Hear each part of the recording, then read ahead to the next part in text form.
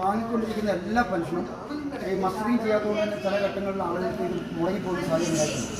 ഇപ്പം തന്നെ പുനർവാൻ കഴിച്ചില്ല എന്നുള്ള സാക്ഷാത്രം കൊണ്ട് തന്നെ കുറേ ട്രൈബൽ ഏരിയയിലൊക്കെ ആളുകൾ പ്രൊമോട്ടറുകളൊക്കെ നമ്മളത് കൃത്യമായിട്ട് പറഞ്ഞു കൊടുക്കുന്നുണ്ട്. മറ്റുള്ളതെല്ലാം ഈ ഗ്രൂപ്പിൽ കൂടെ പറയുമ്പോൾ ആളുകൾ സാധാരണ ആളുകളത് അറിയും. പക്ഷേ തീരെ നിർവ്വാഹമില്ലാത്ത ആളുകൾ ഇത് അറിയാണ്ട് പോകുന്നുണ്ട്. പെൻഷൻ മുടങ്ങിക്കഴിയുമ്പോൾ പെൻഷൻ വന്നില്ല എന്ന് പറഞ്ഞ് ആളുകൾ വരുമ്പോഴാണ് നമ്മൾക്കും ഇത് നോക്കുമ്പോഴാണ് ഈ മസ്റ്ററിങ് നിർബന്ധമാണ്. അതുപോലെ തന്നെ കിടപ്പ് രോഗികളായിട്ടുള്ള ആളുകൾ അത്ര ആളുകൾ നമ്മൾ പോയി ചെയ്ത് കൊടുക്കുമല്ലോ. അത് നമുക്ക് ഓരോ വാർഡിനും ആശാവർക്കർമാർ ലിസ്റ്റ് തരുന്ന അടിസ്ഥാനത്തിൽ മസ്റ്ററിങ് എന്താ പറയുക വീട്ടിൽ വന്ന് ചെയ്ത് എടുക്കുന്ന ആശയക്കാരുടെ സേവനത്തിൻ്റെ ഭാഗമായിട്ട് അവർ ചെയ്യുന്നുണ്ട്. അതോടൊപ്പം തന്നെ ഇനി കൈവരിൽ പതിയാത്ത ആൾക്കാരാണ് ലൈഫ് സർട്ടിഫിക്കറ്റും കൂടി കൊടുക്കുന്നത്.